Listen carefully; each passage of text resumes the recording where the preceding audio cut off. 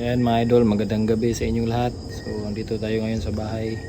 So papunta ako ngayon ng ilog kasi magre-release ako ng isang na-rescue natin na ahas. So na-rescue natin to noong nakaraang linggo. So schedule natin siya ng release ngayon kasi gabi. Then maganda yung panahon, malaki yung buwan, full moon ngayon. So ito yung na-rescue. Hindi na ako nakapag-video kasi nagmamadali kami noon. Tapos ang kwento is nung isang kasama namin na magulang sa school ng anak ko is habang pauwi na sila, nakita nilang tumawid dito sa daan, kaya sinundan nila and then kanilang binidyohan. Tapos tinawag nila tayo, nakachempo din tayo na palabas na din tayo sa kalye na yon. So nasundan natin at nakuha natin tong ahas na ito. So ito yung nangyari mga idol. Yan, picture lang.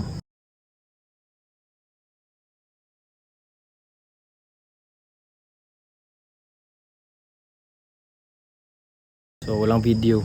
Yan, ito yung ahas ng mga idol na rescue natin. Yan. So nilagay ko muna siya dito para hindi siya ma-stress. So kailangan ko siyang i-release ngayon mga idol. So isa tong green rat snake na baby. Yan mga idol. Kunin ko mga idol.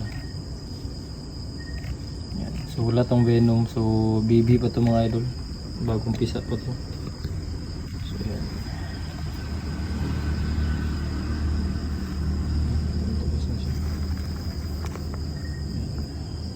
Yan. Saglit lang mga idol. Kasi napakalikot mga idol. Yan. Umiikot pa mga idol. Nagde-death roll siya. Yan, ganyan yung death roll mga idol. So i-release ko na to ngayon sa dito doon sa ilog. Hindi ko siya pwedeng ma-release dito malapit sa amin mga idol kasi baka hindi siya makahanap ng sakto na lugar na pwede niyang pagtaguan. Kasi maraming ano dito, maraming mga manok. So hindi ko pa siya pwedeng iwan dito.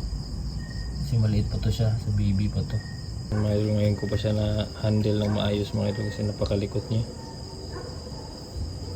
Lakas niya mga gat. So highly defensive to mga idol, kahit ano pa to mga idol, kahit baby pa to, maliit pa to, highly defensive to mga idol.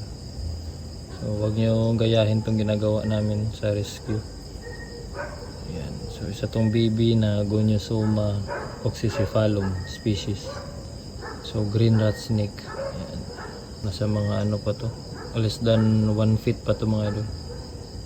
So release ko siya doon ngayon sa ilog kasi masukal na bahagi yun ng area dito, tsaka doon siya nababagay. So ang pagkain nito mga idol usually mga ibon. So ganito kaliit pa, hindi pa to kayang kumain ng ibon. So most probably mga tree frog, mga maliliit na butiki, mga tuko. Yan. So ayaw mag-focus. Focus na siya mga idol. So ayan mga idol, so papunta na ako ng ilog. So i-release ko na tong ahas na to. Ayan. So kita-kits tayo sa ilog. So panoorin nyo muna tong clip na to, video clip na to, maliit na video clip na hinandle ni Idol Elijah itong ahas na to. Ay, last week ba to ta? Last week ba to no?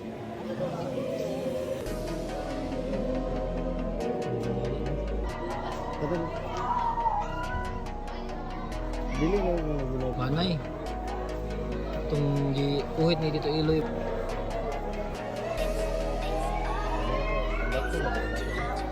Dapat nila po na may tawag rescue. Banuban na mas tawag rescue. Asa ata sila ba? Tumok na dito. Kaya na rin na ikog ilay dyan.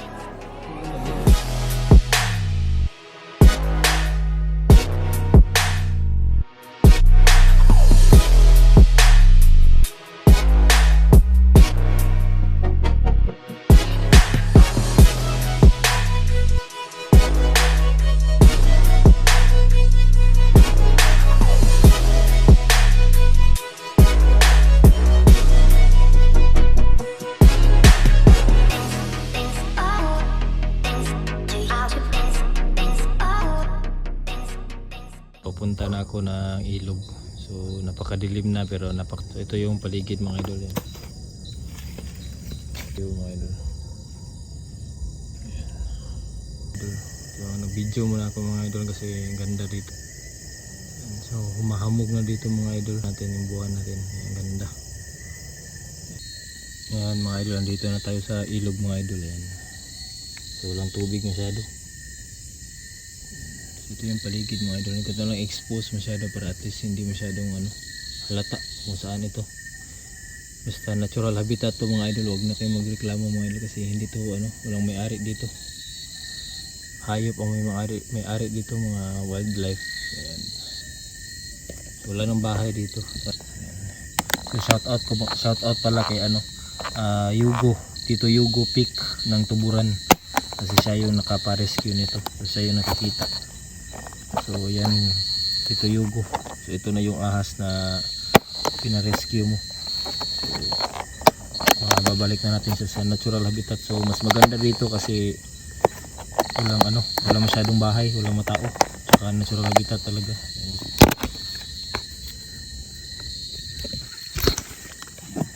Yan, buti lumundag pa siya yan.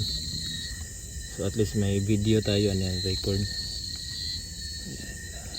Record tayo na na-release talaga natin siya sa natural habitat. So shout out Tito Yugo Peak ng Catalonia Grande, Ilinita Heights. Yan, dyan sa banda. So yan, ito na yung green rat snake na baby. So dito natin siya nilagay kasi doon sa pinagkunan natin medyo mahirap. Yan, medyo mahirap doon kasi marami ng mga bahay doon. Mas maganda dito.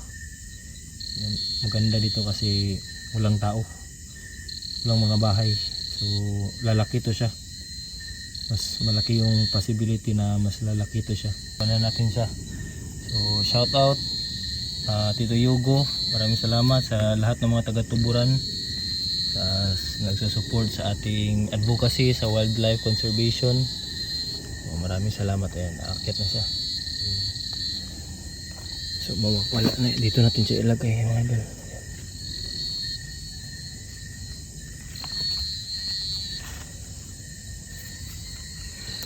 Yan na siya. Ayan yan na papigil mga idol yan. Last touch ko na sa kanya to. Yan na siya. Wala na. Tago na siya. Yan na siya banda. So salamat, shout out. Maraming salamat sa nagpaparescue. So huwag kayong magsawa na magparescue mga idol. Mga idol, huwag kayong magsawa na magparescue kasi hindi kami nasasawa na tumutugon sa mga tawag ng rescue. Kaya lang sa oras pupuntahan namin yan. So ito yung pinakamaganda na part namin na ginagawa, yung nakapag-release tayo sa natural habitat. Kasi yan yung advocacy natin na talagang ibabalik natin sila sa kanilang tunay na tirahan, gaya na lamang ng gubat at saka ilog. Ayan. Maraming salamat mga idol, magandang gabi. Hindi ko na patatagalin yung vlog kasi medyo gabi na. Salamat sa support. Ayan. Tuburan.